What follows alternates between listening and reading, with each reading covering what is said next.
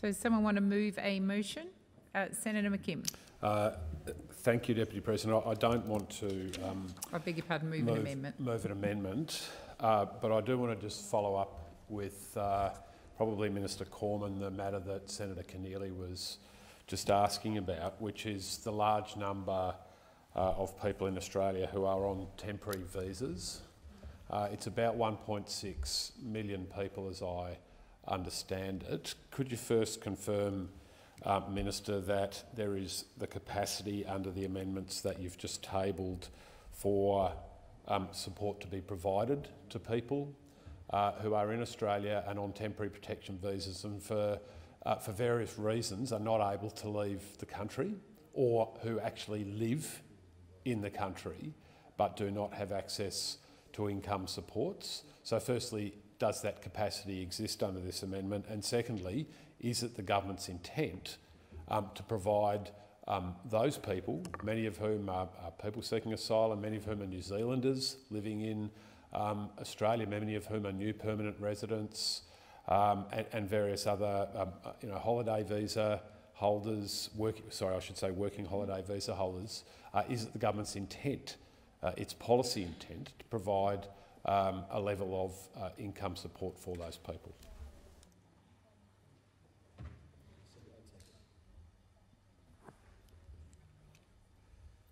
Minister Cormann. Thank you very much. As I indicated in the chamber earlier today, our income support system is residency based. The government is indeed introducing a coronavirus supplement of $550 per fortnight, where the eligibility is driven by a residency in Australia requirement. Access to job seeker payment and youth allowance other is available to people residing in Australia who are Australian citizens and permanent residency, assuming all other eligibility is met. It will not be available to people in Australia on temporary visas, other than some people in limited circumstances on special category visas. Australia's social security system is a non-contributory, residence-based system. It is designed to support primarily Australian citizens and permanent residents. In order to enhance access to these payments for permanent residents, we are temporarily waiving the newly arrived residents' waiting period in order to assist permanent residents get access to job seeker payments. Generally, residency requirements still apply, and most temporary visa holders do not qualify for job seeker payments and other forms of income support. In relation to temporary visa holders, special benefit is available to specified temporary visa holders. The classes of temporary visa holders eligible for special benefit are specified in a legislative instrument and currently include temporary partner visas, temporary humanitarian visas, and bridging visas for victims of human trafficking. The Minister for Families and Social Services has the ability to declare new visa types to be eligible for special benefit, so that's not the function of this amendment. That is a power that the Minister already has. Visa types such as temporary resident, other employment and temporary resident skilled employment will be included by the Minister in the near future. A special benefit is paid at the same rate as job seeker payment, previously New Start allowance for those aged 22 years and older, or youth allowance for those aged under 22 years. To qualify for special benefit, people must be in financial hardship and unable to earn a sufficient livelihood for themselves and any dependents. So claimants must meet a hardship test based on their liquid assets. Those who are expected to only need payment for less than 13 weeks must have liquid assets of less than 2 weeks' worth of payment, $565.70 for a single person with no children aged 22 years or older. To access special benefit, in addition to meeting the hardship test, they must have experienced a substantial change in circumstances.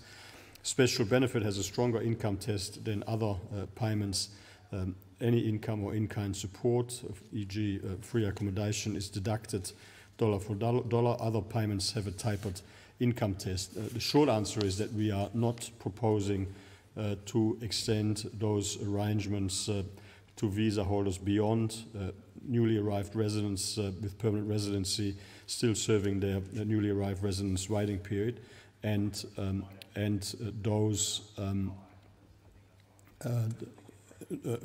who are temporary resident, other employment, and temporary resident skilled employment visa holders. I mean, they are the ones that will be covered by this supplement beyond job seeker recipients, job seeker payment recipients, youth allowance job seeker payment recipients, parenting payment recipients, partnered and single farm household allowance special benefit recipients. Senator McKim. Thank you, Deputy President. I do thank the Minister for that clarification. Minister, the simple fact remains that your government cut many thousands of people seeking asylum off the Status Resolution Support Service program, which left them with no income support at all from government. What I'm hearing from you this evening is that you have no intention of providing income support for those people. They're losing their jobs too, Minister. What are they supposed to do? They're going to lose their homes?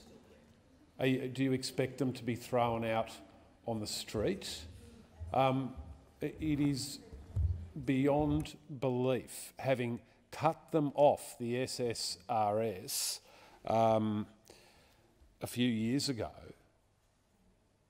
and effectively forced them into work, whatever they could get.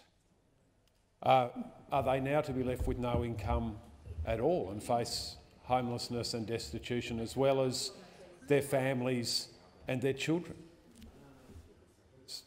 It's cruel and callous and quite frankly beggars belief.